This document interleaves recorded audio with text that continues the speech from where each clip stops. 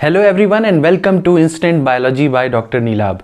The topic that we are going to deal with today is a very important and a very requested topic, that is GATE BT last 1 month strategy. So this is a very requested topic. A lot of students message me that I should make a strategy video on the last 1 month strategy for GATE BT. So this is that video. So what I'll be talking about is that I have divided basically this video into two parts. In the first part, I would be dealing with the important topics that you should be, for those students who have not studied properly up till now, who unfortunately have not studied properly up till now. The first part of the video would be dealing with them, and the second part of the video would be dealing with the students who have worked hard during this period and who just want to revise, who just want a good strategy to revise. So this video would be divided into two parts again. The first part would be dealing with the important topics, catering to the needs of those students who have yet not started studying nicely. So I would be telling how to progress for those students, and the second part of the video would be dealing with the way in which the students who have prepared nicely should go about revising the material that they have already prepared. Okay, so first of all, let us start with the important topics or the first part of the video. So as you all know that GATE BT examination is starting, or would be happening on 12th of February. So today when I'm making the video, it's 4th, right? 4th of January. So we still have more than a month left for this particular exam. So for those students who have not studied properly up till now, let me tell you what are the topics that you should be studying during this 1 month period. This still we have time. Don't lose hope. Don't lose heart. Still we have time. Still we have 1 month. Still you can crack GATE with a good rank. What you just need to do is follow what I'll say over here. So what I have done is I have filtered out some very important, some very core topics that if you check out the previous year question paper of GATE, they are asked repeatedly. Every time questions are asked on these topics. So I have filtered out those portions for you to make your work simpler. Okay, so let us go through all those topics and see what can be done. Okay, so when I move to general BT, general biotechnology, I would want, if I were you and I would have 1 month left, I would be specifically dealing with amino acids, the properties of amino acids. What properties or what side chain each amino acid has, what amino acids are acidic in nature, what are basic in nature. I would be dealing with that. I would also be talking about the proteins. How are proteins formed? What are the primary structure, secondary, tertiary and quaternary structure of the proteins? I would be dealing with the enzyme kinetics. You already know enzyme kinetics is a very important concept, right? Michaelis-Menten equation, V is equals to V max into S upon Km by S. So this equation holds a very important place in the enzyme kinetics portion. Okay, so in this from this equation only there are a number of numericals that have already been asked. So I would want to be thorough in this portion. Again, a very important topic, multiple graphical questions as well as numericals as well as theoretical questions are asked from enzyme inhibition and graphs. Okay, so you should be thorough about these. You should be well versed with the different types of inhibition: competitive, non-competitive, uncompetitive, mixed inhibition. What are the graphical representations that are that are shown in this kind of inhibitions, these different types of inhibition. If time permits, then you can go for fats. If time permits, then you can go for carbohydrates, but since there is not much time, I would be dealing with this much. Okay, next I would be aiming at learning the respiration and photosynthesis. See, this we have been learning since time eternal, right? Respiration and photosynthesis are the common topics that we have been through since very basic classes, very lower classes. Okay, so I believe you would be knowing this. What I should be aiming at, or what I should be remembering in this: how many ATPs, how many GTPs, how many NADH or NADPHs are involved in a given process. Okay, nowadays no one asks that which enzyme is involved in this kind of a reaction. They can ask you, however, what is the coenzyme or what is the cofactor involved, right? They can, however, ask you what is the positive regulator, what is the negative regulator of this of a particular reaction. For instance, if I ask you that in glycolysis, what are the steps that are allosteric in nature? What are the enzymes that are allosteric in nature? This can be a probable question. Understood? So no one asks now. This is these questions were asked in 2007, that what is the enzyme catalyzing a particular reaction. Nobody asks this now. Do you understand my point? So you have to understand respiration and photosynthesis, but you have to read this, you have to study it in a way that I'm just telling you, right? That you should be aiming at learning the positive inhibitor, learning about the positive regulators, negative regulators, learning about the inhibitors of a given enzyme, learning about the isoenzymes. Do you understand my point? Learning about the NADPH, NADH, ATP, GTP that are involved in a given reaction. You should be learning like this. Now coming to, so this was all about the biochemistry. I believe you would have understood this. Apart from this, I would give a little bit of importance to let us say delta G questions. Okay, so Gibbs free energy standard, Gibbs free energy, you should be knowing about that. You should be practicing questions from delta G. These are the questions that are asked. Enthalpy, entropy, you should be, and pH, you should be well aware about those things. Now coming to bacterial cell wall, now coming to the microbiology. Okay, so as you all know that general biotechnology comprises of three portions. It is basically biochemistry, microbiology and immunology. So I have told you what you should be studying in biochemistry. Now let us move on to microbiology. You should be studying about bacterial cell wall and membrane. Viruses is a must. If you are touching microbiology and you are not studying about viruses and its classification, it's of no use. So please study about viruses, and moreover Baltimore classification is very important. You should be aware about what class of virus has what kind of properties, and you should also remember about the examples of each class. ठीक है, इतना पता होना चाहिए आपको. You should be knowing about this. Another important factor, another important thing is nitrogen fixation. You should be well versed with nitrogen fixation, how it works, right? What are the different microbes that are involved in nitrogen fixation? Nitration में क्या होता है, nitrification में क्या होता है, denitrification, in denitrification what happens, ammonification क्या होता है. तो ये सारी चीज़ें हमें पता होनी चाहिए. This we should be knowing. Nitrogen fixation ज़रूर आता है. Now this was about microbiology. इतना ज़्यादा डेप्थ में पढ़ने का ज़रूरत नहीं. You should not waste a lot of time in microbiology. Now let us move on to immunology. बहुत सारा पोर्शन है. immunology बहुत वाइड है, बहुत सारी चीज़ों से क्वेश्चन आया हुआ है. They have asked from a lot of topics. Let us talk about these topics. Innate and adaptive immune system, humoral and cell mediated immune system.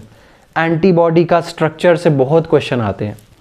Lymphoid organs, तो primary lymphoid organ, secondary lymphoid organ, spleen कैसे काम करता है, आपका bone marrow, thymus, ये सारी चीज़ों के बारे में क्वेश्चंस हैव बीन आस्क्ड.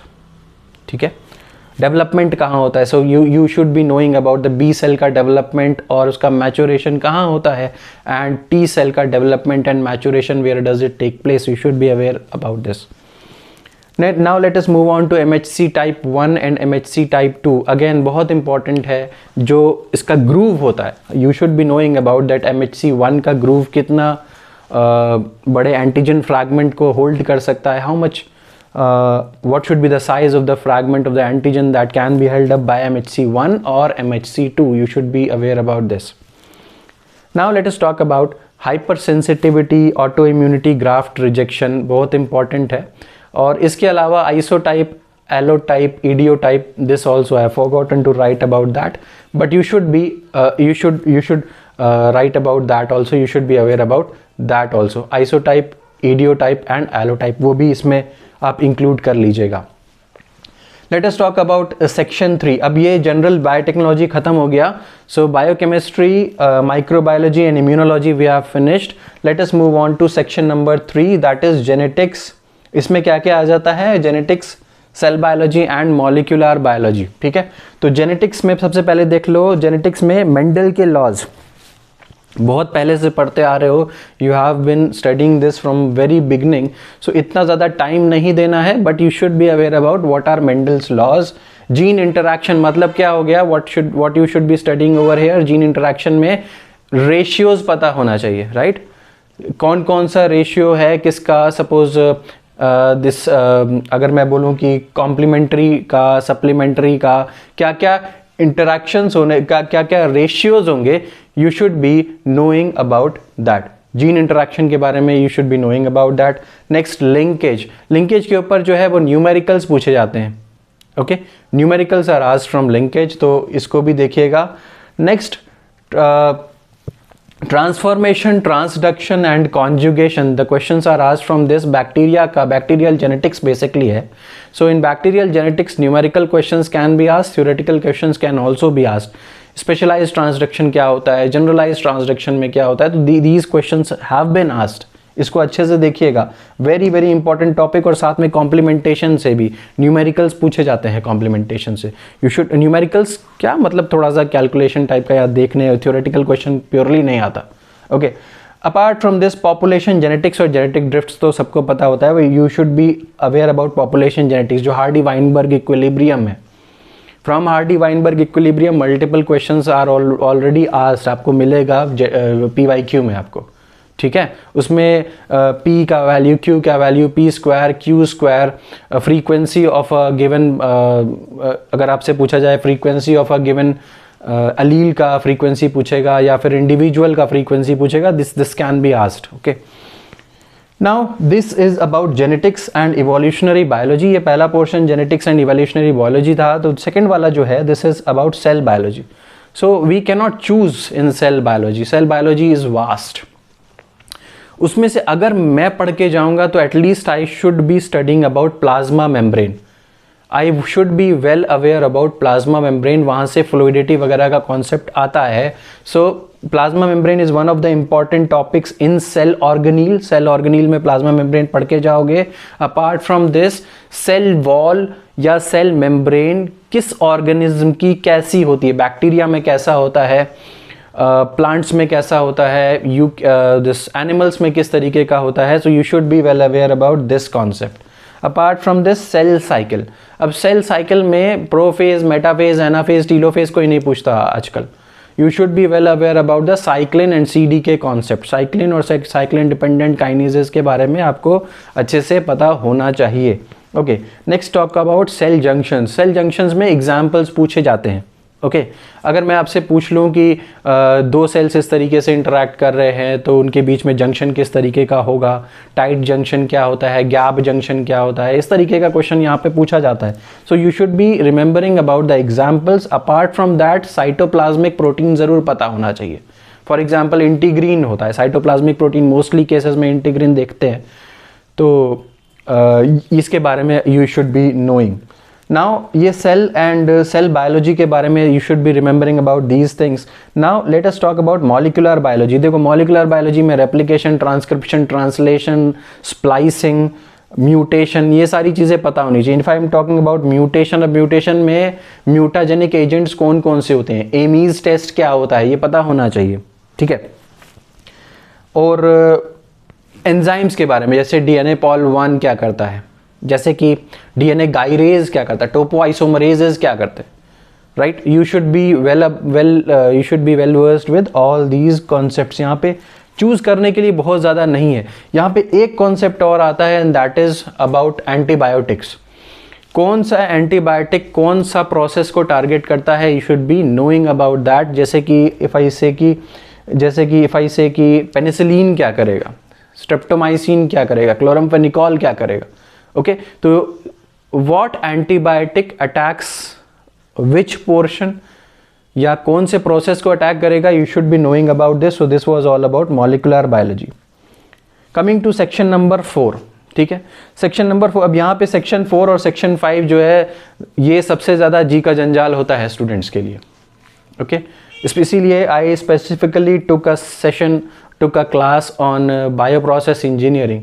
अभी कुछ दिन पहले हम लोगों ने कोर्स कंप्लीट किया बायो प्रोसेस इंजीनियरिंग का, जो एक कोर्स हमने अभी कुछ समय पहले चलाया था। सो सेक्शन 4 एंड सेक्शन 5 बहुत ज़्यादा न्यूमेरिकल पोर्शन यहाँ पे आता है। 4 और 5 दोनों में there are lots of numericals that are asked, ठीक है। तो अभी देखना है कि ये वाला जो सेक्शन 4 है that is fundamentals of biological engineering. तो यहाँ पे क्या क्या कम से कम हम देख के जा सकते हैं, क्योंकि इसमें बहुत ज़्यादा न्यूमेरिकल्स पूछे जाते हैं। तो कम से कम हम कुछ टॉपिक्स ऐसे ज़रूर पढ़ के जाएं जिससे हम न्यूमेरिकल्स को टारगेट कर सकें। So Newtonian and non Newtonian fluid के बारे में we should be knowing, because यहाँ से विस्कोसिटी लॉ जो है उस पर क्वेश्चन आता है। They can ask questions on viscosity law. फिर रेनॉल्ड्स नंबर के बारे में पता होना चाहिए, because Reynolds number is telling you about the turbulence, और स्ट्रीमलाइन फ्लो के बारे में वही बता रहा है। तो उसका वैल्यू एग्जैक्ट पता होना चाहिए कि कितना वैल्यू होगा तो वो टर्बुलेंट में जाएगा, कितना वैल्यू होगा तो it can come in the streamline motion. Next अगर मैं आऊँ तो you should be knowing about power number. Okay, what is power number and how can it be calculated, तो फॉर्मूला हमें पता होना चाहिए। Degree of reduction and electron balance पता होना चाहिए, ठीक है। तो these are some of the important topics. इसके अलावा कंडक्शन, कन्वेक्शन, KLA का कॉन्सेप्ट, स्टोइकियोमेट्री, बैलेंसिंग इक्वेशन जो है वो पता होना चाहिए। So these are some of the basic concept. कहने को तो इसमें you can study it for 6 months, लेकिन फिर भी अगर हम, क्योंकि we have very less time right, तो हमको थोड़ा अपने को लिमिट करके चलना पड़ेगा। तो at least these concepts we should be well aware of. तो this is fundamentals of biological engineering. Next let us come to section number 5। बहुत बड़ा टॉपिक है भाई, it's very large topic, but let us focus on the very important topics जहाँ से questions हर बार आते हैं। So rate laws, zero order first order kinetics पे क्वेश्चन आया है। So zero order, what is zero order, उसका इक्वेशन क्या होता है, उस पर क्वेश्चंस न्यूमेरिकल्स पूछे जा चुके हैं। Zero order and first order kinetics. Growth kinetics पे अभी lag phase, log phase, stationary phase, death phase, ये सारा चीज़ पता होना चाहिए। फर्दर मोर कि लैग फेज में, लॉग फेज में, स्टेशनरी और डिक्लाइनिंग फेज जो है उसमें प्राइमरी प्रोडक्ट, सेकेंडरी प्रोडक्ट कैसे कब बनते हैं, you should be knowing about this. Next fermentation designing. अभी फर्मेंटेशन का जो मॉडल होता है you should be knowing about that. Fermentation कैसे मॉडल पे बनता है, what are the different types of fermenters, अलग अलग तरीके का फर्मेंटर का जो डिज़ाइन है वो कैसे होता है, you should be knowing about that. अभी अपस्ट्रीम एंड डाउनस्ट्रीम प्रोसेस। अब डाउनस्ट्रीम प्रोसेस में क्रोमेटोग्राफी वगैरह आ जाता है, फिल्ट्रेशन आ जाता है, और स्टेरिलाइजेशन वगैरह का कॉन्सेप्ट पूरा यहाँ पे आपको पता होना चाहिए राइट। स्टेरिलाइजेशन से तो बहुत सारे questions numericals they are asked from sterilization, filtration, centrifugation, ultra centrifugation, so everything comes over here. बाकी जो ये थोड़ा सा मैकेनिकल वाला पोर्शन इसके अंदर आता है वो आप छोड़ सकते हो, उतना ज़्यादा पूछा नहीं जाता है। नेक्स्ट सेक्शन 6 के ऊपर आते हैं। So in section 6 we are talking about animal and plant biotechnology. बहुत ज़्यादा क्वेश्चंस यहाँ से नहीं आते हैं, और जो आते हैं बहुत सिंपल आते हैं। Very simple questions are asked from this portion. So आपको पता होना चाहिए टोटीपोटेंसी क्या होता है, टिश्यू कल्चर का कॉन्सेप्ट, जैसे we should be knowing about auxin cytokinin ratio at least, और प्लांट ग्रोथ एलिसिटर्स के बारे में पता होना चाहिए, ठीक है। Somaclonal variation, protoplast fusion, hybridoma technology, I have already made a video on this, आप इसको देख सकते हो। Knockout, knock in, primary and secondary metabolites कौन से होते हैं, उनकी लिस्टिंग जो है वो आपको पता होनी चाहिए। So this is simple. Let us come to section number 7, ठीक है। सेक्शन 7 पे आओ तो इस यहाँ से अब की बार आई बिलीव, मेरा ऐसा मानना है कि a lot of questions would be asked from RDT, ठीक है, जैसे कि I had told you in the last year कि lots of questions would be asked from bio process because the paper was prepared by IIT Bombay, IIT Mumbai. But अब की बार since IIT Kharagpur is preparing the GATE examination, is conducting the GATE examination, so I have a firm believe RDT से questions आएंगे. I think this would be the trend, ऐसा लगता है मुझे. सो RDT के ऊपर बहुत ध्यान दीजिएगा. You should be preparing RDT very nicely. Tools and techniques में we can not leave anything. जैसे कि अब Beer Lambert law, UV visible spectroscopy है, आपका लेटेस्ट से फ्लोरेसेंस है, माइक्रोस्कोपी है, क्या छोड़ सकते हैं इसमें? कुछ नहीं छोड़ सकते. तो you should be reading about this. NMR है, एक्सआरडी है, आरएपीडी, आरएफएलपी, ये सारी चीज़ें हैं. मैंने इस पर मेजॉरिटी ऑफ द टॉपिक्स पे आई हैव मेड वीडियोज़. आप उठा करके देखो मेरे यूट्यूब का सीरीज़, उसमें आपको मेजॉरिटी टॉपिक्स पे आपको वीडियोस मिल जाएंगे. तो no need to worry, you can easily watch those videos and prepare yourself. ठीक है, तो ये आरडीटी भी हो गया, ये भी हो गया. Now so I have told you what are the important topics that if you have not started, if you are not very well prepared, you should at least look at these topics, prepare these topics before you go for the exam. कम से कम इतना ज़रूर पढ़ के जाएंगे. अब जो students, for those students who are already preparing, who are already well prepared, अच्छे से तैयारी कर रहे हैं, they just need a strategy for revision. वो सिर्फ रिविजन के लिए स्ट्रैटेजी चाहते हैं, तो वो ध्यान से सुनिए अभी. So I have devised a 15-day strategy. इसको मैं बोल ही रहा हूँ, I am calling it as a 15-day strategy, the 15-day strategy. उसको आप लिख सकते हो बाय डॉक्टर नीलाभ. ठीक है, द 15-day स्ट्रैटेजी. ओके, सो इसको मैं अगर मैंने पढ़ रखा होता तो how would I do it, मैं कैसे पढ़ाई करता अपनी. तो देखो, सिंस मैं इसको उन्हीं स्टूडेंट्स के लिए बोल रहा हूँ जिन्होंने एक बार 2 बार कोर्स पढ़ रखा है पूरा. सो सपोज जनरल बायोटेक्नोलॉजी को I would revise in the first 3 days. 3 दिन में मैंने इसको ख़त्म किया. जनरल बीटी को 3 days में ख़त्म किया. इजी है क्योंकि मैं एक बार पढ़ चुका हूँ, 2 बार पढ़ चुका हूँ, तो I just go through the pages. मैंने इसको ख़त्म कर दूंगा 3 days. सेम वे में genetics, cell and molecular biology I will complete it in another 3 days, next 3 days. तो 6 दिन हो गया, 6 days हो गया. फंडामेंटल्स ऑफ बायोलॉजिकल इंजीनियरिंग अगले 2 दिन के अंदर I would finish this of, क्योंकि ये क्या है, दिस इज मोर और लेस न्यूमेरिकल्स, है ना. कॉन्सेप्ट लाइन, 4-5 लाइन का कॉन्सेप्ट है, न्यूमेरिकल है, तो कितना टाइम ही लगेगा. अगर मुझे आता है तो I can do it in 2 days. तो fundamentals of biological engineering 2 days, bio process engineering and process technology again 2 days. Numerical portion है ज़्यादातर. रेट लॉ, वेट लॉ सब न्यूमेरिकल. एक कॉन्सेप्ट पढ़ा, उसके ऊपर 2 न्यूमेरिकल देके, कॉन्सेप्ट पढ़ा, न्यूमेरिकल देके, this is what I need to do in this. तो ये मेरा खत्म हो गया. अब animal, plant and microbial BT बहुत कम पोर्शन है. पोर्शन तो ज़्यादा है but what is asked is limited. तो 2 days मेरे लिए, इसके लिए भी मैं 2 days देता. Analytical technique and RDT I would have given 3 days. Specifically to RDT portion 3 दिन में देता. तो इसको देखो, 3, 2, 5, 6, 7, 8, 9, 10, 11, 12, 13, 14, 15, 15 days हो गया. आप सोच रहे होगे टाइम 30 दिन का है सर, 15 ही दिन बोल रहे हैं, ऐसा क्यों है. So this is like this कि 15 दिन जो है, ये 15 days I want you to go through this syllabus real fast. 15 दिन के अंदर जल्दी से ख़त्म करते हैं. And just after 15 days, 16 days से हम क्या करेंगे, 16वें दिन से हम लोग क्या करेंगे, I will again repeat this into 2. Repeat कर दीजिए इसको, जो पढ़ा था उसको रिपीट करना है. ठीक है, दिस टाइम जो चीज़ें पे हमें लगा था इस समय जो हम नहीं कर पाए थे, जो चीज़ें मुझे पिटफॉल लगी थी, मुझे लगा था मुझे याद नहीं हो रहा है, so what I will do is I will focus on these things. जो चीज़ें मुझे नहीं हो पाई थी, और भी 15 दिन में बाकी सारी चीज़ें भी हो जाएंगी, because we have gone through all of this real fast. But इसको स्टिक करेंगे तभी होगा. फर्स्ट 15 days में इसको स्टिक करिए, और नेक्स्ट 15 days में क्या करिए, जो आप नहीं रिवाइज कर पाए थे, जिस पे आपको कॉन्फिडेंस नहीं है, जो पढ़ा इसको तो पूरा पढ़ना ही पढ़ना है, बट जो हम नहीं अच्छे से कर पाए थे, this also you have to do. Formulas को रिवाइज करिए. टिप्स एंड ट्रिक्स आपने ज़रूर, जहाँ भी आपने पढ़ा है, from wherever you have studied, आपने खुद से पढ़ा है, तब भी वहाँ पे टिप्स एंड ट्रिक्स ज़रूर बताते हैं. तो उसको लिखा होगा आपने कहीं, and you just need to revise it. इसको रिवाइज करिए. न्यूमेरिकल्स, ये सेक्शन 4, सेक्शन 5, सेक्शन 1 भरे पड़े हैं न्यूमेरिकल. सेक्शन 2 सॉरी, सेक्शन 1 आपका इंजीनियरिंग मैथमेटिक्स. न्यूमेरिकल्स, फिर इंजीनियरिंग मैथमेटिक्स कॉन्सेप्ट्स. कुछ पोर्शन आपने ज़रूर सोचा होगा, जैसे मैं होता तो मैं मैट्रिक्स वगैरह ज़रूर पढ़ता, लिमिट्स वाले क्वेश्चन ज़रूर लगाता. सो आपने भी कुछ ना कुछ, you would also have noted down some important concepts, आपने कुछ ना कुछ ज़रूर प्रैक्टिस किया होगा. So revise those in this 15 days. Final GA के इम्पॉर्टेंट कॉन्सेप्ट्स को रिवाइज करिए. न्यूमेरिकल एबिलिटी या वर्बल एबिलिटी के कुछ पोर्शंस होंगे, कुछ टॉपिक्स होंगे जो आपको लगता होगा no I need to go through all of those topics concepts before I need to go into the exam, तो वो भी ख़त्म करना है हमको. ठीक है. So this was the 15-day strategy.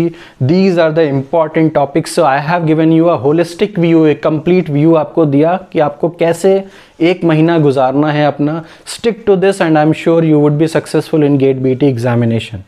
ज़रूर सक्सेसफुल हो जाएंगे. इसके अलावा let me just tell you from tomorrow GATE BT crash course is starting. हम लोग GATE BT का क्रैश कोर्स शुरू कर रहे हैं कल से. 7:30 से 9:30 बजे तक क्लासेस होंगी, 2 घंटे की, डेढ़ से 2 घंटे की क्लासेस होंगी from Monday, I mean Tuesday every day leaving Sundays, because वहाँ पे उस समय टेस्ट वगैरह हम लोग प्लान करेंगे. Okay, so this would be a 1 month course and we would be focusing on all of these important topics. सारे topics हम जो कुछ भी यहाँ पे बताए हैं सब कुछ फोकस करेंगे and we would ensure कि आप अच्छा स्कोर कर सकें. So for those of you who are interested to boost up their preparations for GATE BT examinations, come join with us and see the difference. Thank you so much. Have a good day.